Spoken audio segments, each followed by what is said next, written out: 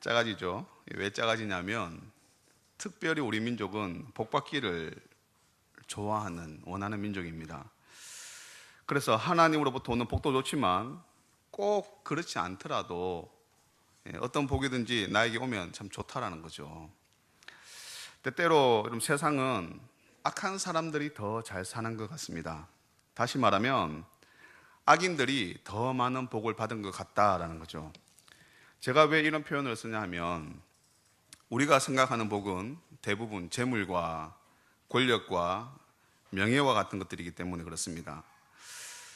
세상은 자신의 재물과 권력과 명예를 얻기 위해서 타인을 희생시키는 것을 아주 자연스러운 일로 받아들이고 있습니다. 따라서 세상은 악하고 독할수록 더 많은 것을 가지고 더 많은 것을 누리며 살아가는 것 같습니다. 그럼 이 악한 자들이 더욱 성공하는 이 세상 속에서 우리 그리스도인은 어떻게 살아가야 할까요? 수단과 방법보다는 결과만 좋으면 된다라는 이러한 세상 속에서 우리는 어떻게 살아가야 할까요? 오늘 하박국을 통해서 이 악한 세상을 살아가는 그런 삶의 지혜를 얻기를 소망합니다. 하박국은 하나님이 통치하신다는 세상 속에서 악한 자들이 더 번창하는 것을 보면서 무척이나 힘들어했습니다. 하나님이 온 세상에 하나님 되심을 나타내기 위해 선택한 백성이 바로 이 유대인들입니다. 따라서 유대인들은 세상과 다른 기준을 가지고 그렇게 살아야만 했습니다. 이에 하나님은 율법을 유대인들에게 주셨습니다. 율법은 세상의 모든 법보다 상위법입니다. 세상 그 어떤 도덕법보다도 더 성결을 요구했고, 더 정직하기를 원했고, 이웃을 위해서 자기 자신을 버릴 것을 요구했습니다. 유대인들과 이방 민족의 차이는 하나님이 주신 율법이 있느냐 없느냐 그 차이입니다. 따라서 유대인들은 이 율법을 지키며 살아야 했습니다. 그런데 지금 유대인들의 상황은 율법이 없는 이방 민족과 별반 다를 바가 없다라는 거죠. 율법이 해이해지고 사회의 정의가 실종되었습니다. 세상 속에 하나님의 공의가 보이지 않습니다. 이방 민족이 아닌 하나님의 택한 백성들 사이에서 하나님이 없는 것 같이 살아가고 있다라는 거죠. 하나님의 나라, 하나님의 백성인 유대 민족이 이방인들과 같은 원리로 지금 세상을 살아가고 있다라는 겁니다. 그 이방인들과 같은, 세상과 같은 그런 원리가 뭡니까? 바로 악인이 더 흥하고 의인이 박해받는 세상이 되었다라는 거예요. 어디에서요? 유대인들에게서. 하나님의 선민인 유대인들 사회에서 그러한 일들이 일어났다는 겁니다. 이에 마음이 심란한 이 하박국이 하나님께 따지듯이 묻습니다. 우리 1장 2절에서 4절 말씀 한번 볼까요?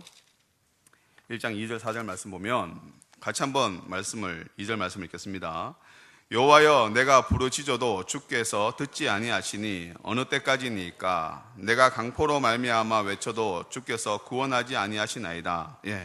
지금 하박국이 하는 말이, 내가 부르짖어도 주님이 잠잠하시고 억울하고 분하다고 외쳐도 주님이 잠잠하시니까 언제까지 주님이 이렇게 침묵하시렵니까? 라고 묻는 거죠. 3절 말씀 보겠습니다. 어찌하여 내게 죄악을 보게 하시며 패역을 눈으로 보게 하시나이까? 겁탈과 강포가 내 앞에 있고 변론과 분쟁이 일어났나이다. 하나님, 세상을 한번 보세요. 온갖 죄악이 판을 칩니다. 겁탈과 강포와 다툼과 분쟁이 늘 일상 가운데서 일어납니다. 왜 이러한 모습을 하나님 저로 하여금 보게 합니까? 그렇게 하나님 앞에 따지듯이 묻죠. 자, 4절 말씀을 보겠습니다. 이러므로 율법이 해이하고 정의가 전혀 시행되지 못하오니 이는 악인이 의인을 애워쌌으므로 정의가 굳게 행하짐이니이다. 율법은 온데간데 없습니다. 악인이 오히려 승승장구하고 의인을 조롱하고 핍박합니다. 도대체 하나님의 정의는 어디에 있습니까? 이게 하나님이 다스리는 세상입니까? 하면서 지금 하박국이 하나님 앞에 따지듯이 묻는 거죠. 왜 하나님은 이 악인들을 심판하지 아니하십니까? 악인은 더욱 악을 행하면서 남의 것을 탈취하는데 왜 하나님은 그들을 가만두십니까? 이렇게 하나님께 부르짖으면서 물었더니 하나님이 이 하박국 선지자의 질문에 답을 하셨어요. 놀랍습니다. 하나님이 답을 하셨습니다. 하나님으로부터 그토록 기다리던 음성을 이 하박국이 들은 거예요.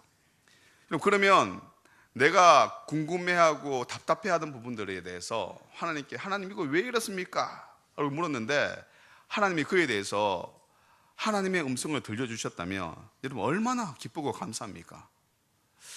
내가 간절히 기도하며 응답을 구했는데 하나님이 내 기도를 들으시고 주의 뜻을 나타내 보이셨어요.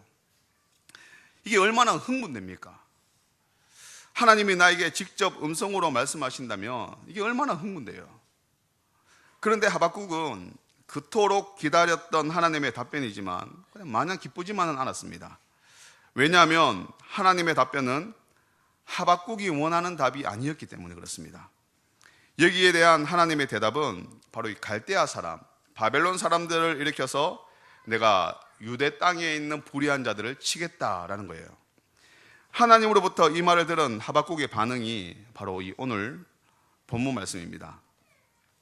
자, 우리 13절 말씀부터 이제 한 절씩 보도록 하겠습니다. 13절 말씀 같이 한번 읽을까요? 주께서는 눈이 정결하심으로 악을 참아 보지 못하시며 어찌하여 거짓된 자들을 방관하시며 악인이 자기보다 의로운 사람을 삼키는데도 잠잠하시나이까. 아멘. 하나님은 악을 참아 보지 못하십니다. 이에 악인을 심판하시는 것은 너무 당연합니다. 그런데 하나님 그 심판의 도구가 바벨론이라니요. 바벨론이 어떤 민족인 줄 아십니까? 바벨론은 당시에 극악무도하기로 소문난 민족입니다. 그들이 들어가는 나라들마다 쑥대밭이 되었습니다. 무자비하여서 여자나 아이의 상황은 봐주지 않습니다. 잔인하기로 소문나 있을 뿐만 아니라 현재 최강자로서 감히 이 민족을 대적할 민족이 없습니다. 자, 그들의 모습이 어떠냐면 우리 14절 말씀을 한번 보겠습니다. 14절 말씀 같이 읽겠습니다. 주께서 어찌하여 사람을 바다의 고기 같게 하시며 다스리는 자 없는 벌레 같게 하시나이까. 그들은 사람을 사람 취급하지 않아요. 오히려 물고기와 벌레같이 그렇게 사람들을 취급합니다. 15절 말씀을 한번 보겠습니다. 그가 낚시로 모두 낚으며 그물로 잡으며 투망으로 모으고 그리고는 기뻐하고 즐거워하여. 하박국은 바벨론을 낚시와 그물, 투망에 비유하고 지금 이 유대를 그물에 잡힌 물고기로 지금 비유하고 있습니다. 자, 16절 말씀을 또 한번 보겠습니다. 그물에 제사하며 투망 앞에 분향하오니 이는 그것을 힘입어 소득이 풍부하고 먹을 것이 풍성하게 됨이니이다. 그러나 하나님의 백성인 유대를 잡는 바벨론은 하나님을 섬기는 자들이 아닙니다. 그들은 자기의 무기와 힘을 신으로 삼고 자기의 주먹을 믿고 사는 교만한 민족입니다.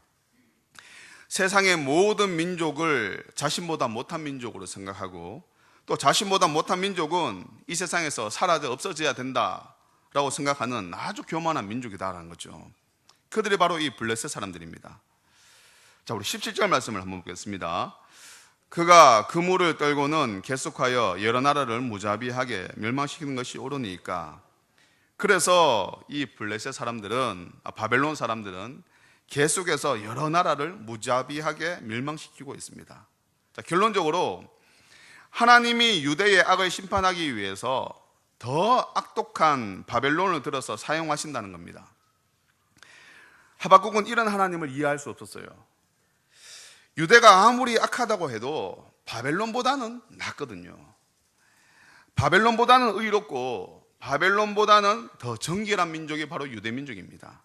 그런데 하나님은 하나님의 백성인 유대의 악에 대한 심판을 하시려고 더 악독한 바벨론을 들어서 사용하신다는 거예요. 자, 이것을 좀 다르게 한번 생각해 보시면 하나님 앞에서 악하면 악할수록 세상 속에서 더 강력해지고 더 성공하고 더 확장된다는 겁니다. 그렇지 않습니까? 하나님이 바벨론을 크게 들어서 사용한다는 거예요. 세상 속에 하나님이 심판의 도구로 사용한다는 겁니다. 바벨론을 더 크게 만들고 더 강력하게 만든다는 거죠. 세상이 바벨론 앞에 벌벌 떨도록 만든다는 거죠. 근데 이게 말이 됩니까, 여러분?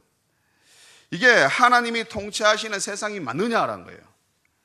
어떻게 하나님이 이 세상의 주인이고 긴밀히 섭리하신다고 하는데, 이 세상에서는 악하면 악할수록 더 많은 권력을 잡고, 악하면 악할수록 더 많은 부를 가지고, 악하면 악할수록 더 강력해지느냐 말이죠. 사실 이것은 하박국 시대만 그런 것이 아닙니다. 유대 땅만 그런 게 아니에요. 오늘날 우리나라도 동일하지 않습니까? 오늘날 세상은요, 독립투사들의 후손보다도 친일파들의 그 후손이 세상의 기득권을 잡고 있는 세상입니다. 성공하기 위해서는 타인을 밟고 서는 것이 지혜라고 생각하는 세상이에요. 남을 위해 희생하는 것은 성직자들이나 할 일이고, 세상 속에서 살아남으려면 더 독해져야 된다고 생각하는 그런 세상입니다. 실제로 이 세상은 독한 사람이 성공하는 세상이에요.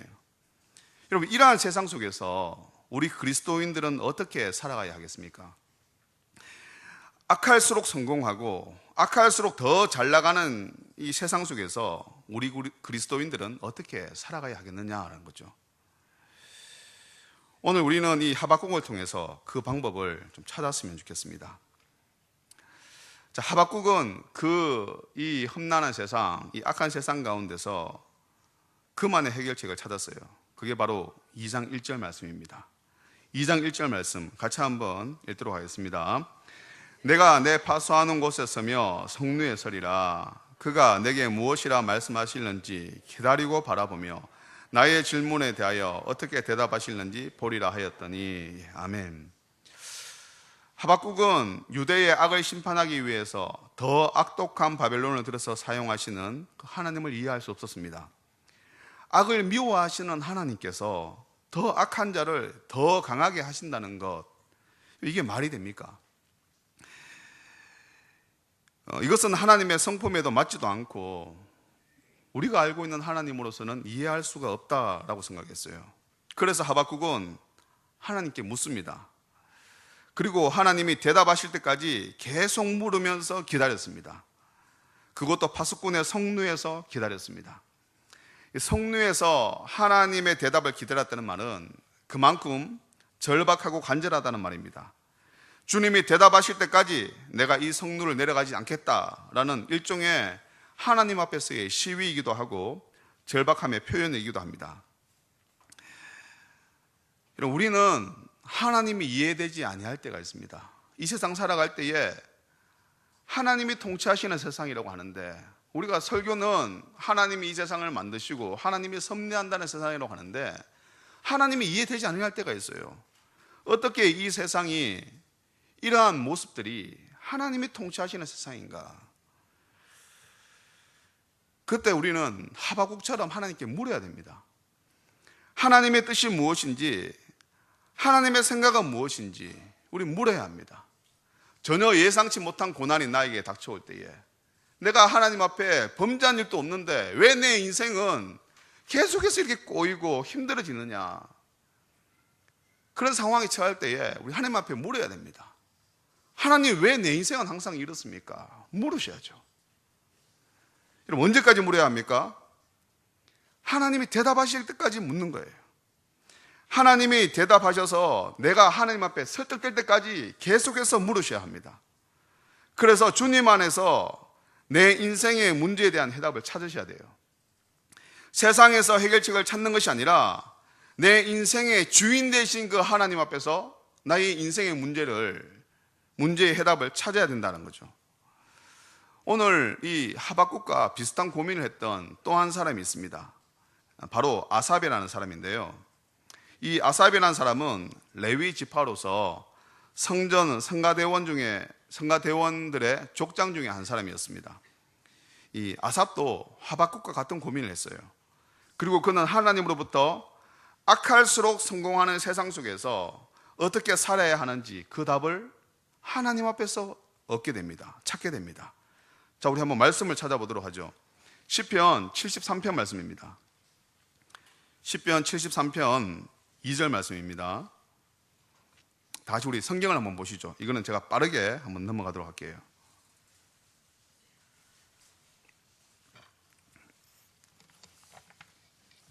시편 73편 2절 말씀.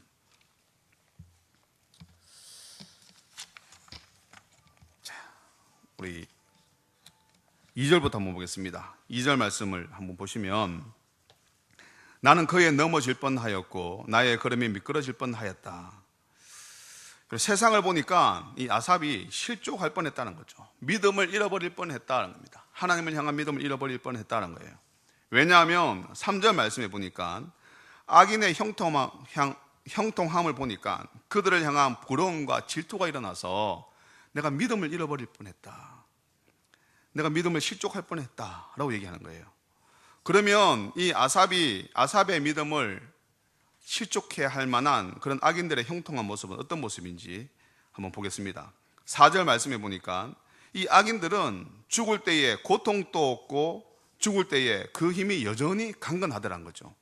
또 5절 말씀에 보니까 사람들이 당하는 고난이 이 악한 사람들에게는 없고 재앙도 이 악한 사람들에게는 없더라는 겁니다.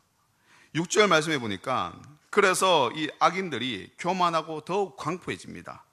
7절 말씀에 그들은 더욱 부해집니다. 그것도 자기들의 소원보다 더 많은 부를 얻습니다. 자기가 생각했던 것보다 더 많은 부가 자기 이 악한 사람들에게 주어지더란 거죠. 8절 말씀에 이에 그들은 우리 그리스도인들을 능욕하고 우리에게 악하게 말하고 높은 권세를 가지고 우리에게 거만하게 말하기도 합니다. 12절 말씀을 한번 볼게요. 12절 말씀을 보면 악인들은 항상 평안하고 재물은 시간이 갈수록 더욱더 불어납니다. 자, 우리 13절 말씀을 한번 볼게요. 13절 말씀 보니까 이런 세상 속에서 하나님 앞에서 깨끗하고 정결하게 살려고 하는 이 모든 것이 헛것처럼 여겨진다 라고 얘기해요. 누가요? 아삽이, 레위지파, 성전에서 하는 성가대원이 하는 말이, 찬양하는 찬양의 제사장들이 하는 말이, 이러한 악한 자들이 흥하는 세상 가운데서 내가 하나님 앞에 깨끗하고 정결하게 살려고 하는 이 모든 것이 참 허무하고 헛되게 여겨진다라고 얘기를 해요. 조금만 나를 속이고 조금만 타협하면 편안하게 이 세상을 누리며 살 수 있는데 나의 이 종교적 신념을 지키려고 하는 노력들이 참 어리석고 헛되게 보인다라고 얘기를 한다는 거죠. 저 같은 목회자들이 그런 얘기를 한다는 거예요. 자, 14절 말씀을 한번 보겠습니다. 이런 세상 속에서 믿음을 지키면서 살려고 하니까 종일 재난을 당하기도 하고 매일 징벌을 받는 것 같다라고 얘기하죠. 15절 말씀에 그래서 나도 그들처럼 말하고 그들처럼 살고 싶은 마음과 유혹이 내 내면 깊숙한 곳에서 치밀어 오른다. 누가요? 오늘날로 말하면 목회자 같은 저 같은 사람이, 성전에서 일을 하는 이 사람이 그런 마음이 들더라는 거죠. 세상을 보니까 이 세상은 악하면 악할수록 성공하는 세상이니까 사람들은 성공하기 위해서 더욱 마음을 닫고 이기적인 삶을 살아갑니다. 때때로 더욱 독해지기도 하고 악해지는 것을 지혜라고 말하기도 하고 대단하다고 칭찬도 합니다. 이 세상에는 하나님의 공의는 찾아볼 수 없기 때문에 아삽은 고통스러워하고 있습니다. 이 세상에서 하나님이 안 계신 것 같아서 아삽은 지금 괴로워하고 있습니다. 이 세상은 주의 율법을 따라 살아가는 자들이 핍박을 받고 바보 취급받는 세상이 되었기 때문에 아삽이 지금 힘들어한다는 거죠. 여러분, 올해가 안수연 의사가 죽은 지 10년이 지났대요. 올해가 10주기 추도식을 고려대에서 했다고 합니다. 여러분, 안수연 의사 아십니까? 예. 안수연 의사의 별명이 뭡니까? 예, 바보 의사입니다. 바보 의사. 이 세상 속에서 말씀을 따라 살고 그리스도인답게 그리스도인에 합당한 삶을 살아갔더니 세상이 그를 향해서 지어준 이름이 바보다라는 거죠. 바보. 악하고 독할수록 성공하는 세상에서 내 것을 내어주는 삶을 살 때 세상은 우리를 향해서 바보 이렇게 부릅니다. 바보. 세상은 바보 같은 삶을 사는 신실한 그리스도인들, 이들을 칭찬하는 게 아니고 오히려 이들을 자신의 유익을 얻기 위한 도구로 이용합니다. 그래서 아삽도 하박국처럼 악할수록 성공하는 세상을 보면서 힘들어하고 고통스러워했습니다. 그러면 이 문제를 이 하박국과 아삽은 어떻게 해결했을까요? 그리고 이 동일한 문제를 안고 살아가는 우리는 어떻게 해결해야만 할까요? 감사하게도 하박국과 아삽은 이 문제의 해결 방안을 우리에게 일러주고 있습니다. 아삽의 문제 해결법이 바로 시편 73편 17절 계속해서 말씀이 나옵니다. 한번 보시면 나옵니다. 자, 17절 말씀 한번 같이 읽도록 하죠. 같이 읽겠습니다. 시작. 하나님의 성소에 들어갈 때에야 그들의 종말을 내가 깨달았나이다. 예, 아멘.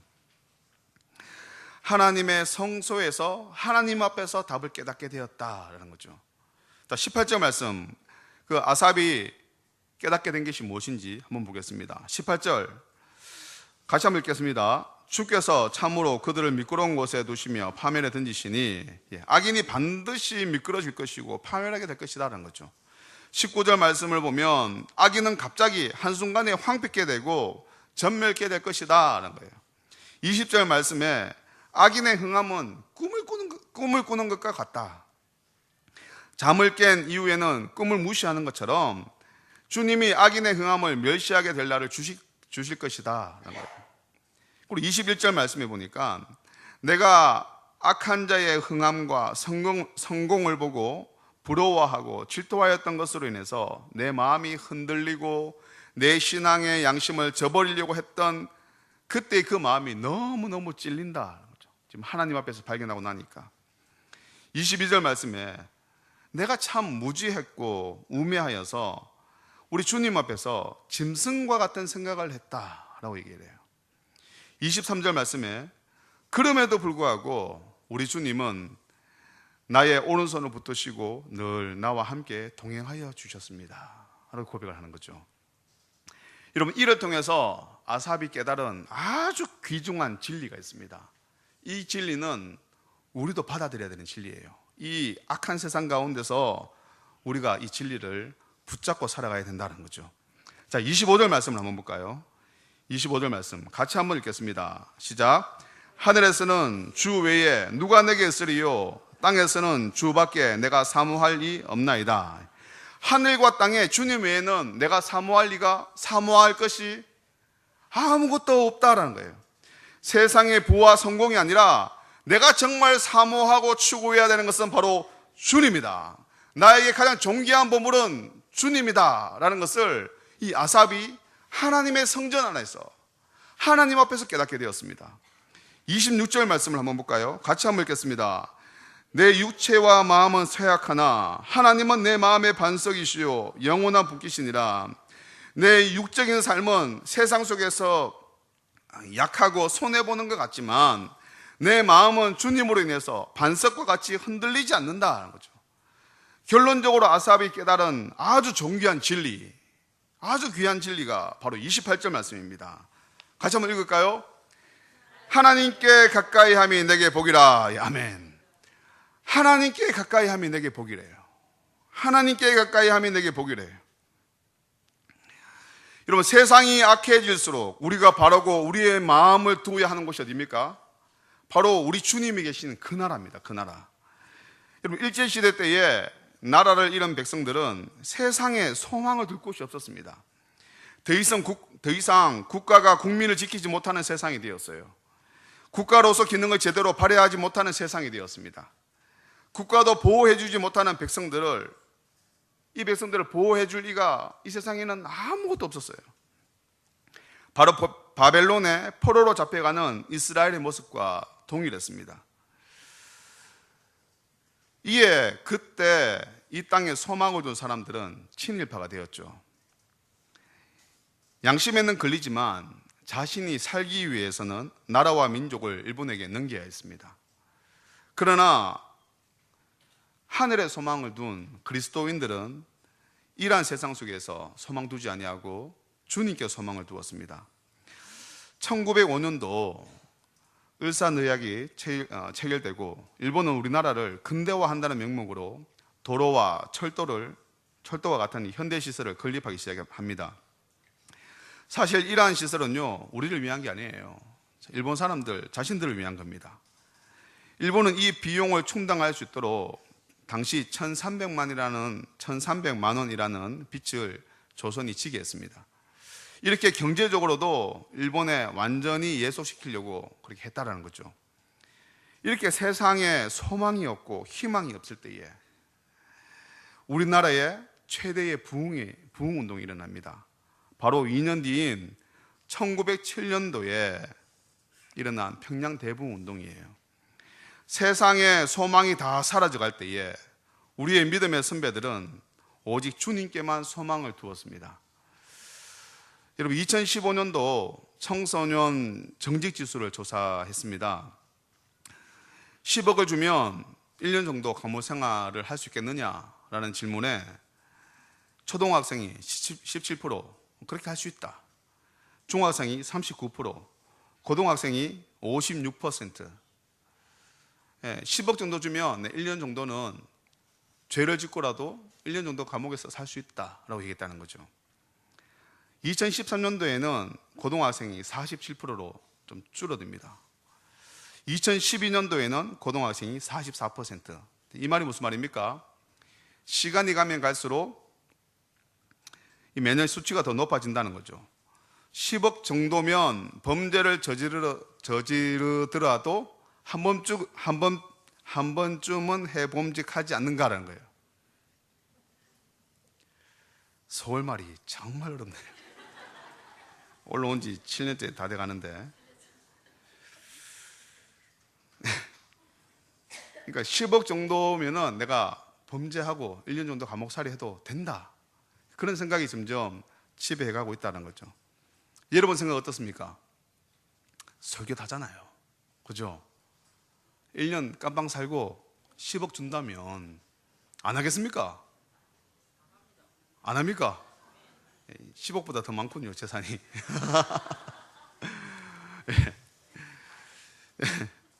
돈 없는 사람에게 10억이요. 이게 얼마나 큰 겁니까? 그죠? 100억 정도 되는 사람한테는 얼마 안 되지만, 1000억. 여러분, 이 시간 한번 제가 여러분 자신에게 한번 질문을 한번 해보십시오. 나는 10억 대신에 예수님을 믿는 것 때문에 1년 정도 감옥 생활을 할 수 있겠느냐라는 거죠. 10억이 아니라 사람들은 10억을 주면 내가 1년 정도는 살겠다라는 사람이 절반 이상이 넘었는데, 고등학생이 그렇다면 대학생은 퍼센티지가 더 높아지고 청년들, 장년들은 퍼센티지가 더 높아지겠죠. 10억 정도면 1년 정도 살 수 있다라고 생각하는데, 여러분, 예수님 위해서 1년 정도 감옥살이 할 수 있겠습니까? 만약 아니라면은 우리는 예수님을 10억 정도의 가치도 안 되게 믿고 있다라는 거죠. 만약 아니라면 우리는 말은 주님께 소망을 둔다고 하지만 사실은 이 세상에 더 소망을 두고 살아가는 사람들이다라는 거죠. 그럼 세상이 악해질수록 우리가 기억해야 하는 것이 있습니다. 세상에 하나님의 공의가 안 보이는 것 같을 때에 우리가 기억해야 되는 것이 있어요. 세상에 하나님이 안 계신 것 같을 때에 우리가 기억해야 되는 것이 있습니다. 바로 하박국 1장 12절 말씀입니다. 1장 12절 말씀. 같이 한번 말씀을 읽도록 하겠습니다. 선지자가 이르되 여호와 나의 하나님, 나의 거룩한 이시여, 주께서는 만세 전부터 계시지 아니하시나이까? 우리가 사망에 이르지 아니하리이다. 여호와 주께서 심판하기 위하여 그들을 두셨나이다. 반석이시여, 주께서 경계하기 위하여 그들을 세우셨나이다. 예, 아멘. 자, 우리가 하나님이 안 계신 것 같은 이 세상 속에서 세상이 악해질수록 우리가 기억해야 되는 것이, 바로 첫 번째는 우리 주님은 만세 전부터 계신 창조주 하나님이시라는 거예요. 두 번째는 우리 주님은 우리가 사망에 이르는 것을 원치 아니하시는 분이다라는 거죠. 세 번째는 주님이 세상에 악한 자들을 흥하게 하신 것은 결국은 그들을 멸하게 하기 위해서다, 심판하기 위해서다라는 겁니다. 지금 잘 되는 게 아니다라는 거죠. 하나님은 그들을 들어서 잠시 들어서 사용하시고 반드시 다시 심판하신다는 거예요. 네 번째는 그 하나님이 바로 나의 하나님, 나의 거룩한 이시다라는 겁니다.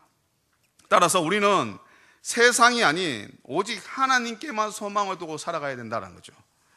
이것이 복입니다. 하나님께 가까이 함이 내게 복입니다. 주님만이 나의 모든 것이라는 고백은 세상 속에서 소망을 둘 곳이 없을 때에 우리 안에서 그렇게 나오는 고백입니다. 오늘날 주님은요, 우리에게 주님만이 나의 전부입니다, 나에게 주님만 있으면 됩니다 라는 이 고백을 듣고 싶어 하셔요. 오늘 이 밤에 이 고백을 듣고 싶어 하시는 주님께 우리의 마음을 담은 고백을 같이 하기를 소망합니다. 우리 같이 찬양하면서 하나님께 우리의 마음을 좀 올려드리는 시간을 가졌으면 좋겠습니다.